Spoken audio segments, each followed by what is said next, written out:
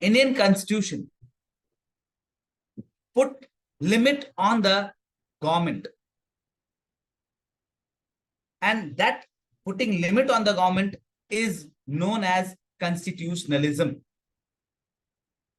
If you are making constitution, you want to give all your powers to the government, but you want to limit the use of that power so that government should not become dictatorial.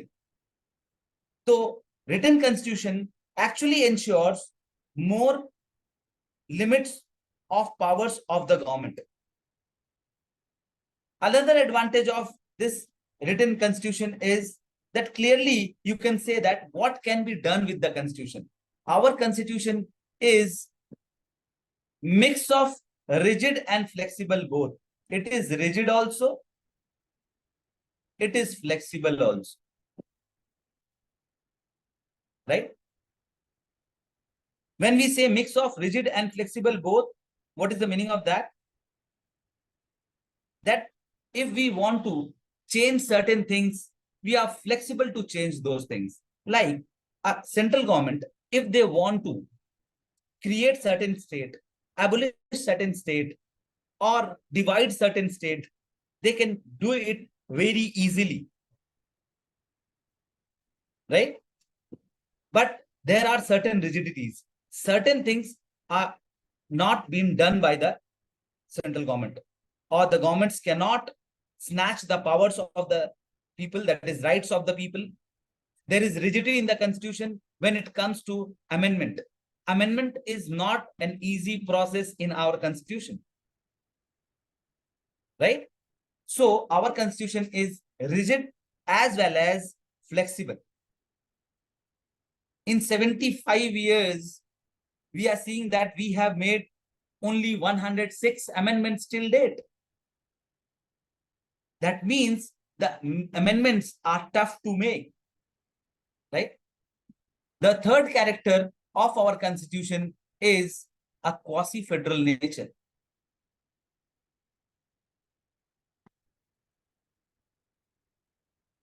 What is the meaning of quasi-federal nature? We are neither federal nor unitary. When we say federal, federal means delegating power to the units, that is states or provinces. And unitary means concentrating powers in the hands of the center. In general situation, our states are autonomous enough to function. But under certain emergency provisions, certain special provisions, the center takes away the powers of the state. So neither we are unitary nor we are federal. So we are in between.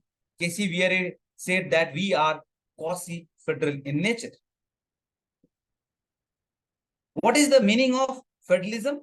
When we say federalism, federalism is the strict separation of power between the center and the state, right? But here, actually, this quasi-federal term is never written in our constitution. This was coined by K.C. Viere. K.C. Viere coined this term and said that Indian constitution is neither federal nor unitary. Neither federal nor unitary. It is in between that is quasi-federal. Did you understand this? Why it is so? Why quasi-federal? If we were giving more federation, suppose the constitution gave more federation to the states, states may separate very frequently. To prevent regionalism, to prevent secessionism, center was made strong, right? And to give more power to function to the state, it was also given the power of federalism. That means Indian federalism is very unique in nature. When we say that center can create a state, center can destroy a state, but state cannot do that to center. That means Indian Federation is an undestructible union of destructible state. You can write this sentence. Indian federalism is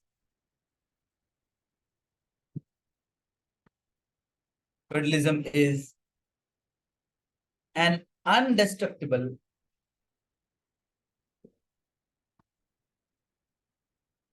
union of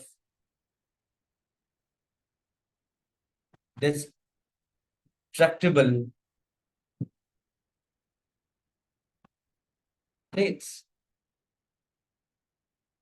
Got my point? Yes or no? Yes, sir. Yes, sir. Let's come to the fifth point. We have adopted parliamentary form of government. We have adopted parliamentary form of government. What is opposite of parliamentary form of government, or another option of parliamentary form of government? Presidential form of government or the semi-presidential form of government. We did not adopt the presidential form or the semi-presidential form. We adopted parliamentary form of government. Why we chose parliamentary form, and what is parliamentary form of government, and where from we took this parliamentary form of government? Yes?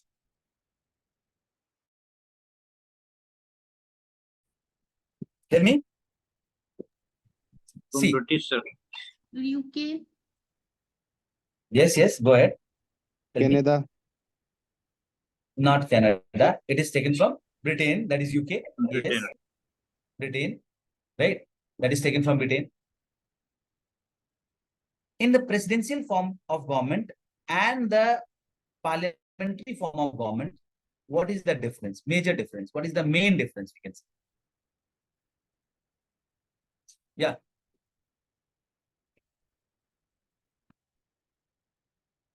In the parliamentary form of government, you will see that the government is responsible towards whom? Yes? Responsible towards the people. Parliament. Yeah, representative of the people. Parliament. Government is responsible to the parliament. Means executive is responsible to the legislature. But in presidential form of government, all the power is given to the executive to function freely. They are not responsible for their functions to the parliament. Means there will be more concentration of power in presidential form of government. And seeing the varied nature, seeing the diversity of the country, we can say that it was the most perfect choice. Parliamentary system was most perfect choice. Because responsibility and stability, two things were on the table. And we chose responsibility rather than stability. Presidential form of government can be more stable, but parliamentary form of government is more responsible. So in parliamentary form of government, you can write that responsibility is greater than stability. Responsibility is greater than stability. Getting my point? Yes or no? Yes, sir. Yeah. Yes, sir.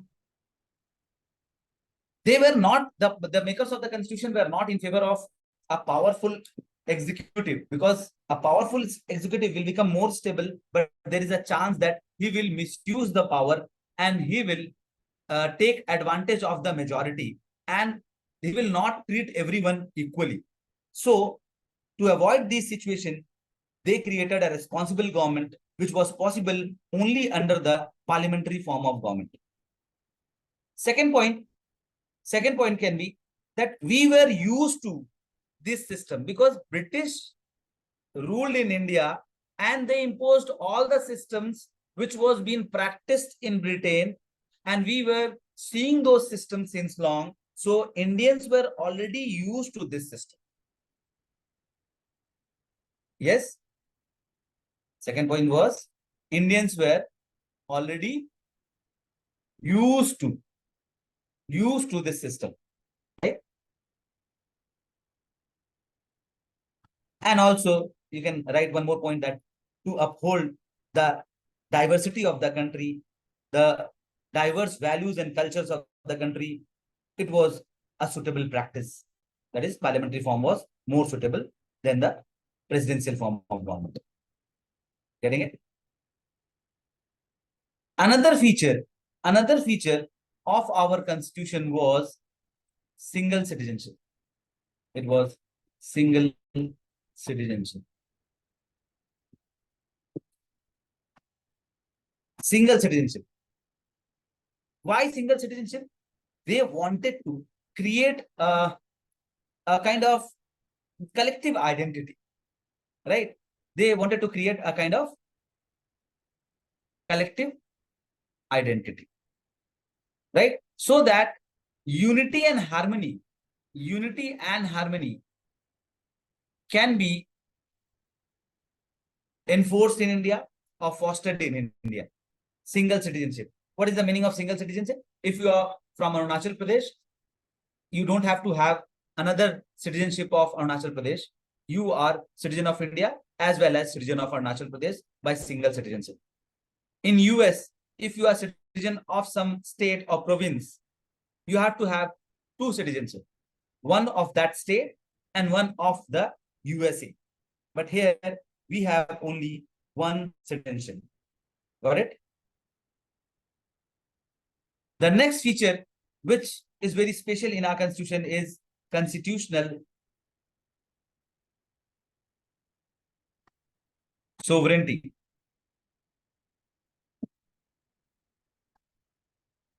Constitutional sovereignty. What is the meaning of that? In England, who is sovereign? The constitution or the parliament? Yes. Who is sovereign there? Sovereign Parliament. means what? What is the meaning of sovereignty? Yes. Without any influence. Sovereignty means the country or the government is not having any influence over it from outside. It is power in itself. It does not need any kind of validation from anywhere. Getting it? That is the meaning of sovereignty. If I'm saying that I'm sovereign, that means I decide myself. I don't have to take permission from somebody to decide on whatever decisions I take. That means I am sovereign person. Similarly, a country is sovereign when it is not governed by an outside force. Getting it? So, in our country, we practice constitutional sovereignty. Means every time if there is a kind of conflict or there is a kind of situation, in those situations, constitution will prevail. What constitution says will prevail. But in United Kingdom, that is Britain, in Britain, the parliamentary sovereignty is important. If a parliament passes a law, that itself becomes part of constitution, and that is in fact to be followed. But in our country, if parliament passes certain law and it is in fact in conflict, it is in conflict with our constitutional values, that means we are not going to practice it. Getting it? That will be treated as null and void. So you can write here, parliament is not sovereign. Parliament is not sovereign and can act only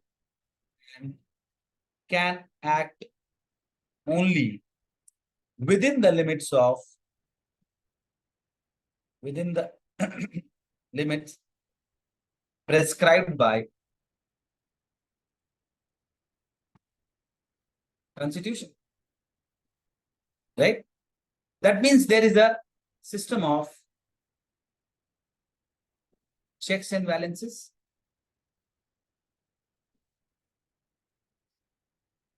There is a system of checks and balances. Yes. In our country, we also, in fact, keep a balance between parliamentary sovereignty and judicial sovereignty. So judicial, we can say supremacy. Parliament is sovereign. They will make law. But our judiciary is also supreme. Sometimes they cancel the laws made by the parliament. So there is a check and balance between the judiciary and the parliament. That is only because there is a constitutional sovereignty and Supreme Court is given the charge of guardian of the constitution. They will not allow the parliament to destroy the constitution. And for that, they had derived a mechanism known as basic feature of the constitution. We'll talk about that in the coming classes. So we can see that Indian constitution is very unique in nature. Indian constitution cannot be tied to any kind of strict mold, right? It has almost harmonically balanced a lot of extremes, we can say. It has neither made itself completely federal nor completely unitary. So we can say that it has created a kind of balance between those. Similarly, when we are saying parliamentary sovereignty and judicial supremacy, Indian constitution has created a balance of both. Getting it? So we can say that Indian constitution is unique in itself. Yes or no? Yes, sir. Yes, sir. Yes. Till now, we have studied about some of the features. Are these features clear to all or not? Yes, sir. Clear. Yes or no? Yes, sir. Yes, sir. Very good. Clear, sir. Clear, clear, sir. Very good. If you have any kind of question, you can ask them, right?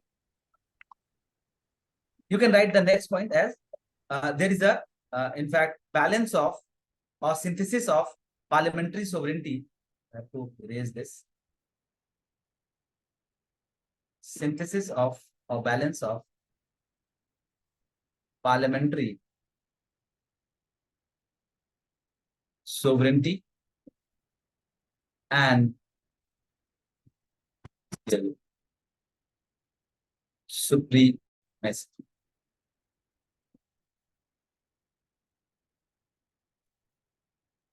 Okay. Another feature is we gave universal adult franchise. What is the meaning of this? Universal adult franchise? That everybody above the age of 18 can vote if he is registered in the voter list of that constituency. There is no discrimination. Anybody can be, right, allowed to vote. If he is a voter in that constituency, he can vote. That is universal adult franchise. Previously, the age was 21. After 61st Amendment Act in 1996, the age was decreased to 18. We'll talk about these things many times so that you can get a recall value of what we are studying. These words, these features we are talking, we will keep on talking about these things many times so that you remember it during your examination, right? Another feature of our Indian Constitution is that we have a different kind of executive for the center, a different kind of executive for the state. Similarly, we have a different kind of executive for the, legislature for the center, and similarly, a different kind of legislature for the state. But when we talk about judiciary, our judiciary is integrated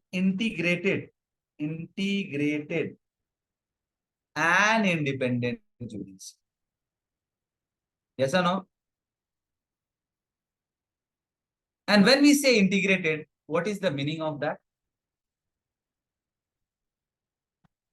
When there is a law being passed by, suppose, the state government, and can that law be put to review by the central government. No, there is no such provision. Only courts can review those laws, right? If executive is doing certain function,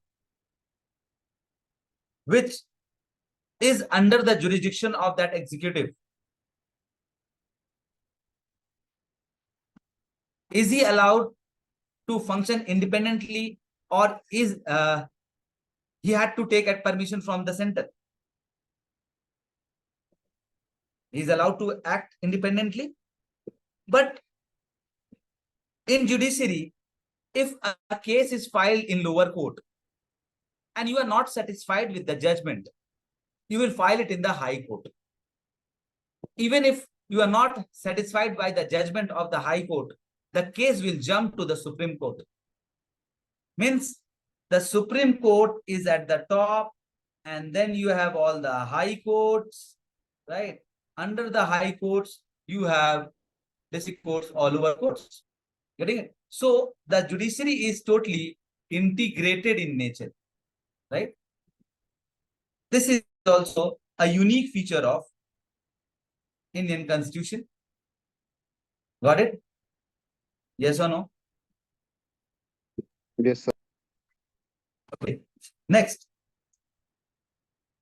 Indian Constitution focuses or gives more stress on social justice.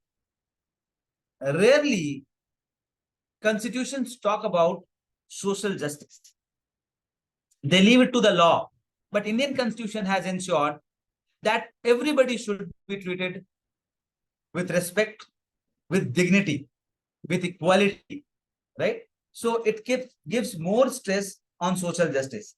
It allows certain kind of reservations for weaker section, for women, for children, right? So it emphasizes more on social justice. Getting it? Yes or no? Yes, sir. Yes, sir. Next is Yes, sir. Indian Constitution is a secular in nature. Was this secular word mentioned in our Constitution originally? Yes?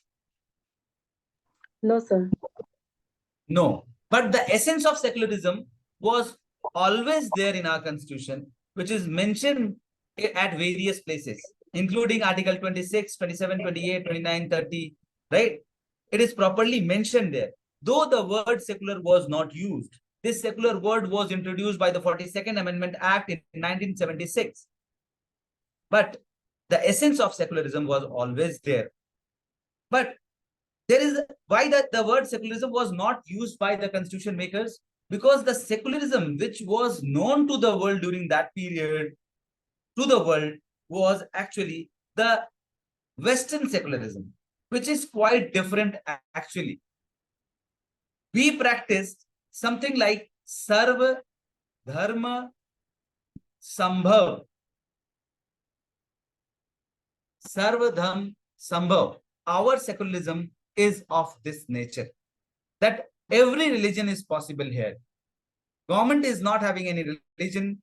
It will support every religion here, right? We'll talk about secularism in detail when we are talking about preamble, right? Another nature of the Indian Constitution is that Indian Constitution is not a static document. Indian Constitution is a living document. Why Indian Constitution is treated as a living document? Yeah. And how you will prove that Indian Constitution is a living document? Yeah, tell me. Constitution can be amended. The first thing is that it is flexible enough to be amended. And next.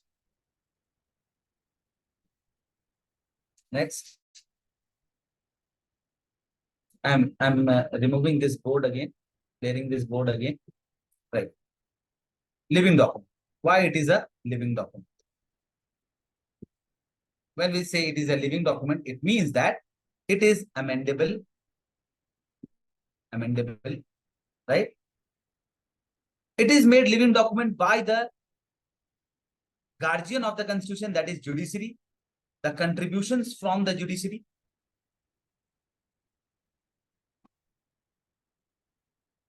Through various laws, through various judgments, through various decisions and orders, Supreme Court keeps on amending the constitution or interpreting, not amending actually, interpreting the constitutional value, right?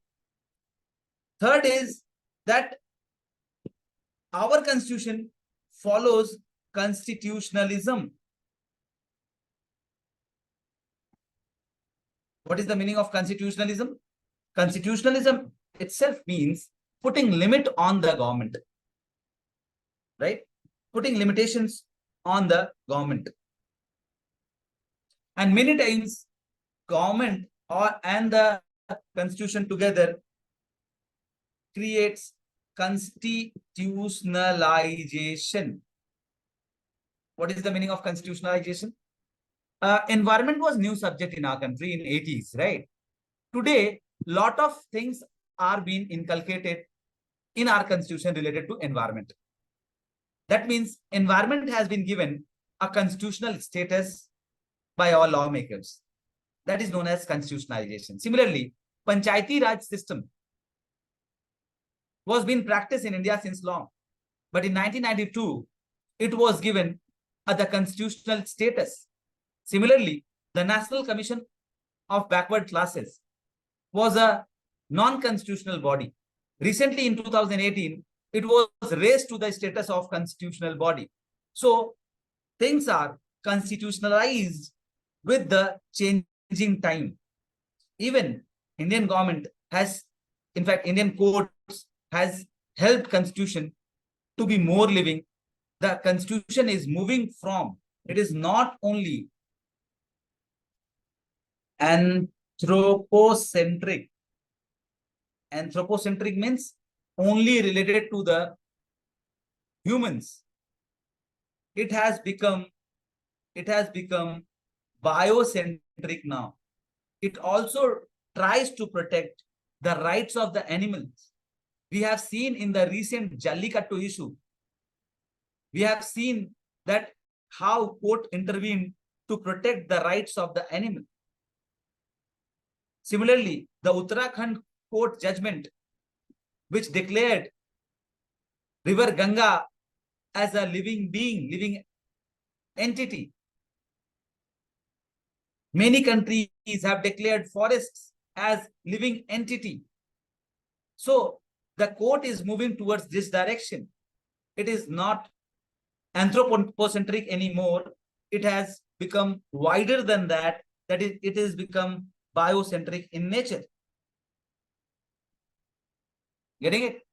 So with these features, we can say that Indian Constitution is a living document. Apart from that, many specialities are there, like fundamental rights are there, fundamental duties are there, emergency provisions are there, right? These features actually make our constitution very unique. I will move from here to another topic, that is sources of Indian Constitution.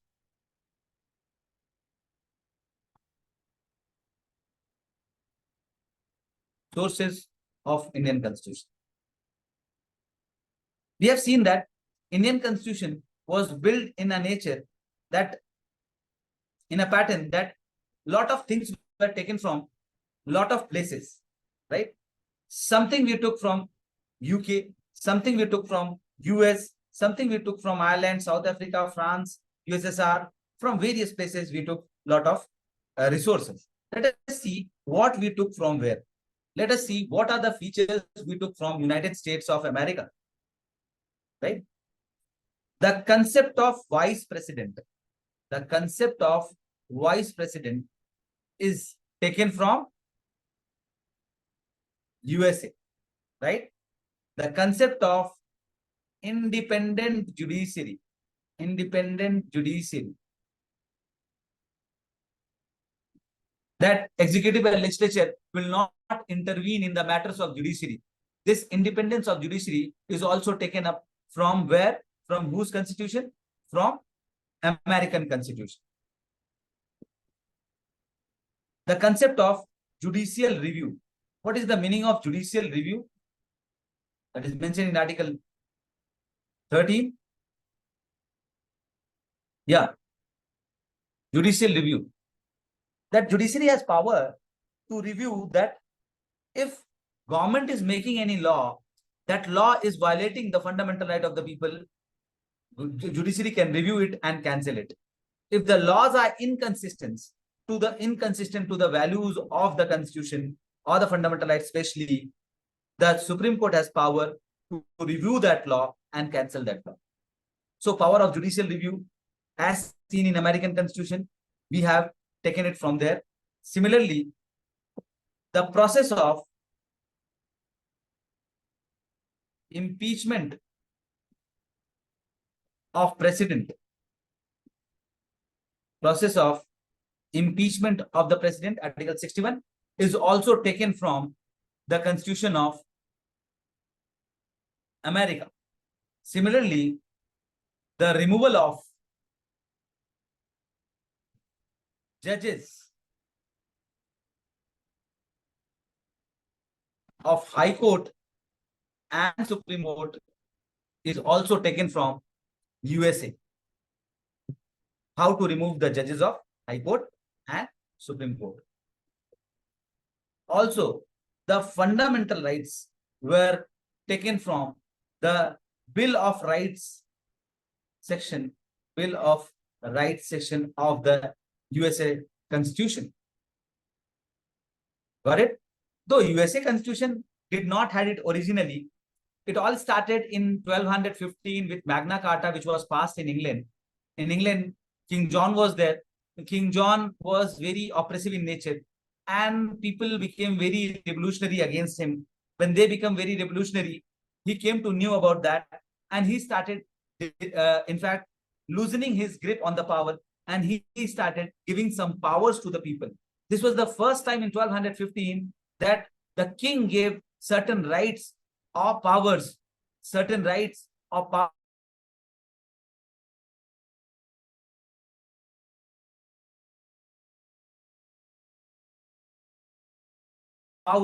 to the common people.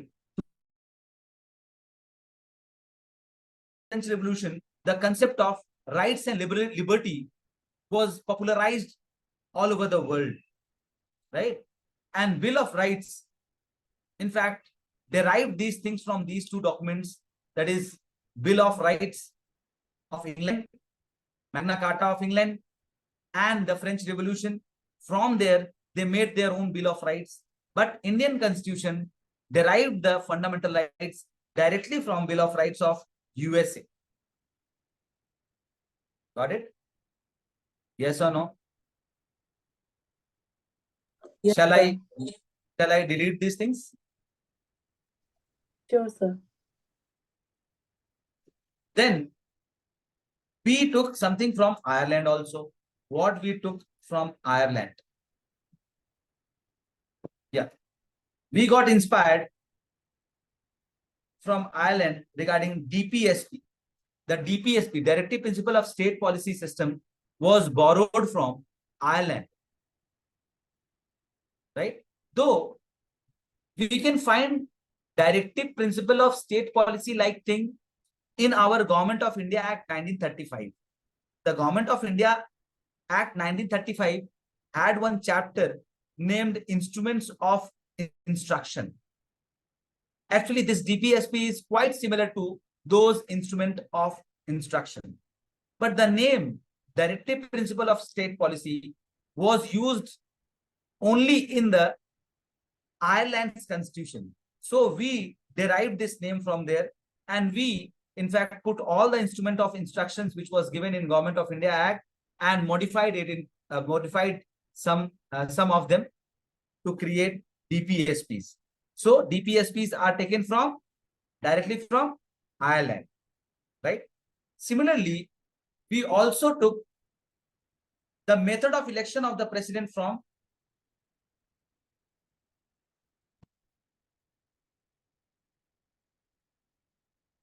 Method of election of the president from Ireland. Similarly, there is a system of nomination of members in Rajya Sabha. 12 members are nominated in our Rajya Sabha. This nomination system of members in Rajya Sabha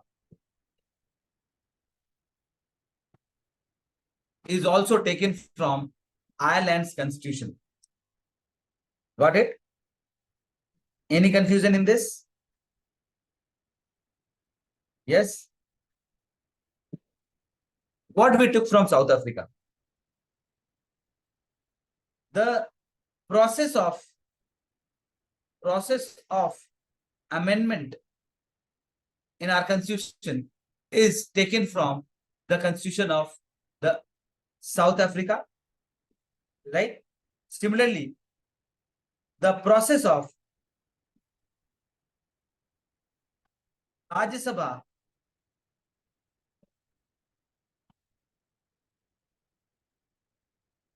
elections, the process of the Rajya Sabha elections were also copied from South African, or we cannot use the word copied, inspired from South African constitution.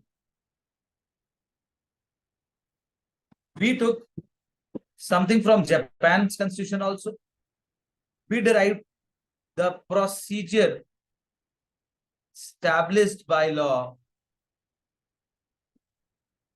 This procedure established by law word, which is used in Article 21 of the Constitution, was also derived from Japan. We will have a good debate, good discussion on procedure established by law and due process of law while studying Article 21. Shall I clear the board? Yes, sir.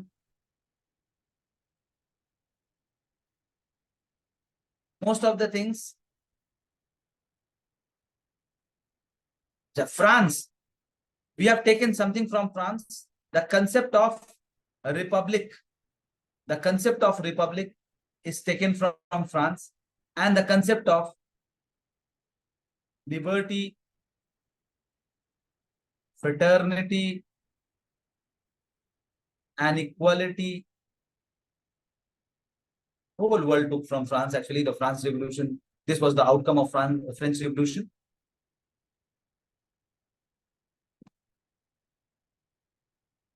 From USSR, we introduced the fundamental duties. The fundamental duties, right? Actually, the fundamental duties was not in the original constitution. It was introduced in 1976 by 42nd Amendment Act, 1976, on the recommendation of which committee? Swarn Singh Committee. Sardar Swarn Singh Committee. Right? We adopted this fundamental duties, but this is not, in fact,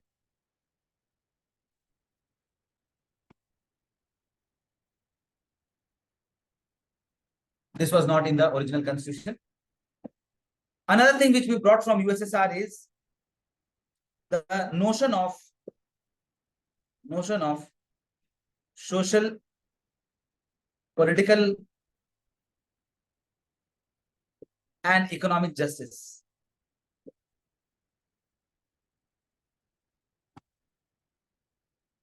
The notion of social justice, political justice, and economic justice was also taken from USSR's constitution. Similarly, we brought concurrent list from Australian constitution.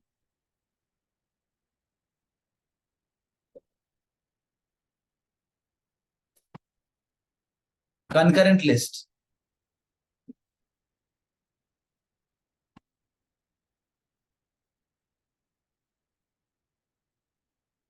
We have 3 lists in our seventh schedule. Actually, after constitution, we have certain schedules attached to that. We will talk about that tomorrow or next class, all the schedules. So in the seventh schedule, you have 3 lists. The union list, these are the list of items on which the union government will make law. The state list are the list of the items on which the state will make the law. Similarly, we have concurrent list are the list of items on which the state and the center both can make law. But if there is any kind of conflict between these laws, whose law will prevail? The union law will prevail. This system was taken from Australia. Similarly, when there is a deadlock between the houses, when Lok Sabha passes some bill and Rajya Sabha is not, in fact, confident on that bill, and they want to, in fact, delay on that bill, they did not return the bill for 6 months, if it is not a money bill. If they not return the bill for 6 months, it will be treated as deadlock. When there is a deadlock kind of condition between the two houses, right? In that scenario, a joint sitting is called. The system of joint sitting that is mentioned in Article 108 of the Constitution, joint sitting of both the houses. This system was also, in fact, inspired from Australian Constitution. Right? The third thing which was taken from the Australian Constitution was Australian Constitution was freedom of trade, freedom of trade and commerce throughout the country.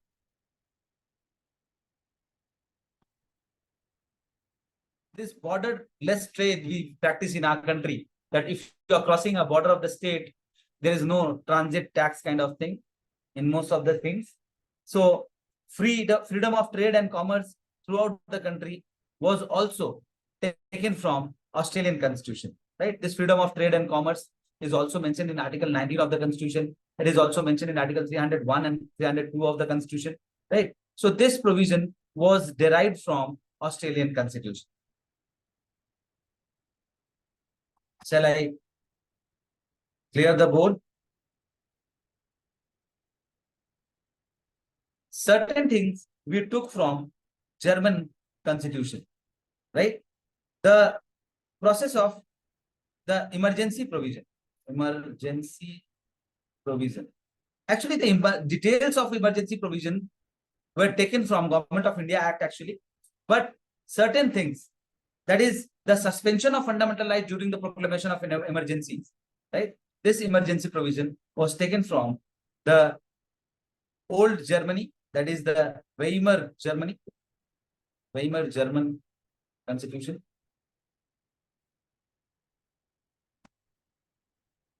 Getting it? Yes or no? Yes, sir. The last part, that is UK.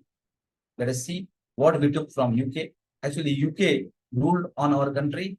So many things we took from United Kingdom because the system was very similar. The parliamentary form of government. Parliamentary form of government. This form is also known as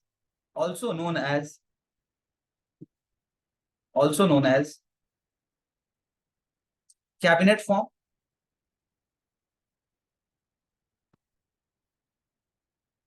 Cabinet form of government, or we can call it responsible government, or we can call it Westminster form of government.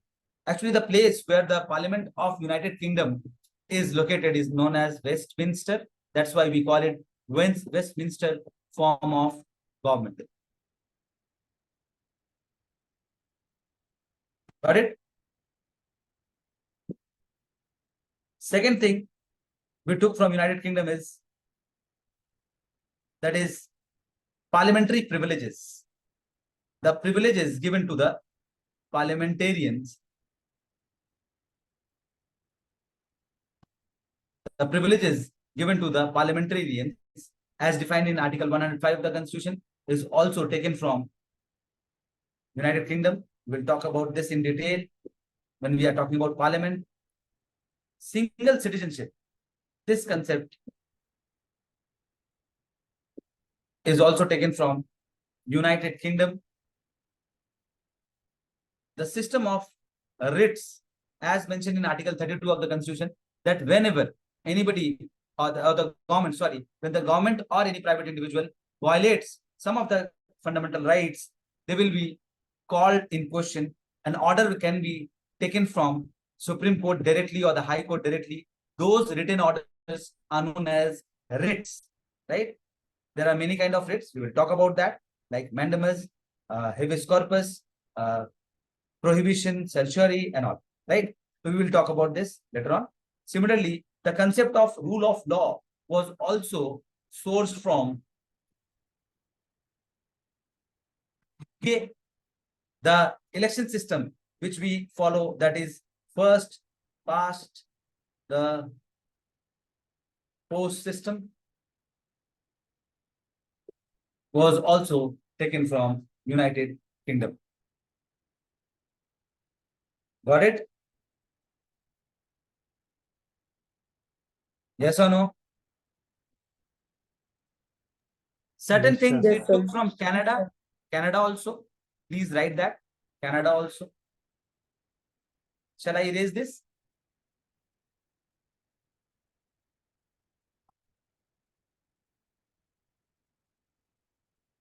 Canada. First is appointment of governor by the union. Union government appoints the governor in the states. That is taken from Canada. Similarly, the federal setup which we have derived, that is tilted towards center, is also derived from Canada. That the residuary power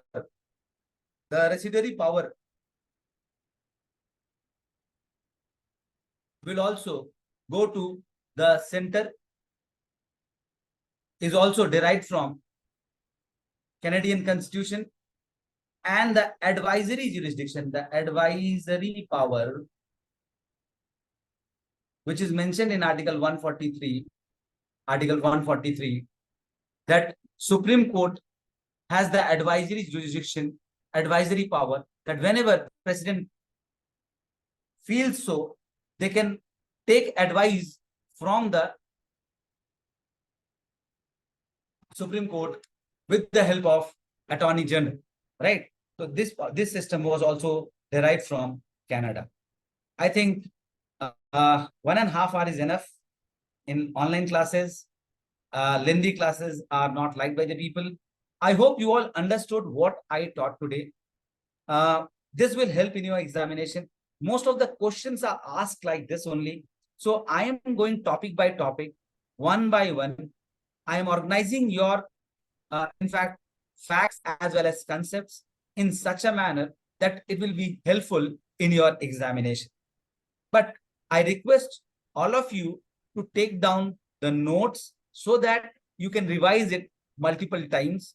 It is like solving questions. If you read my notes, it will be seeming to you as you are solving the questions. Getting it? So I request that. So please do that. Any more questions if you have, you can ask. I'm there. Guys, if you have any question, you can ask directly to sir regarding Did you like syllabus. the method of the class, or you want something changed? My handwriting on Wacom is really, in fact, pathetic.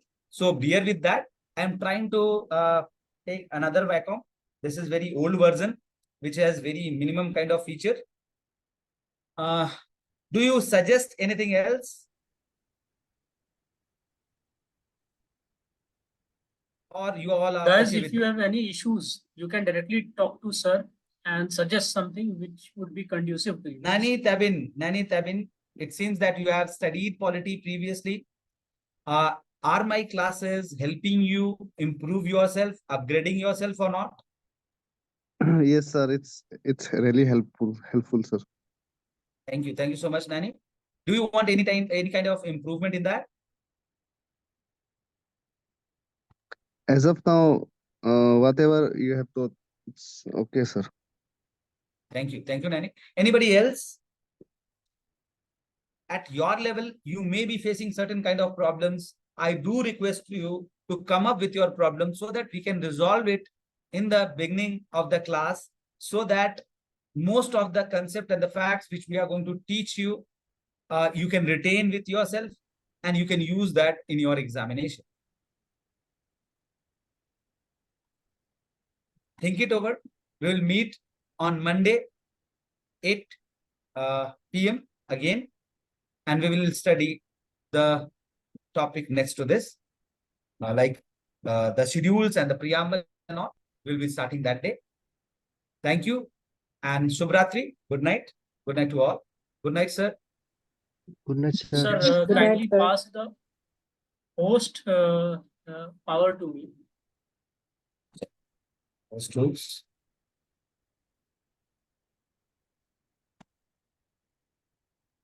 Just a minute. So actually, I am Yeah, I making think- recording now. So I will be closing it likewise. Thank you, sir.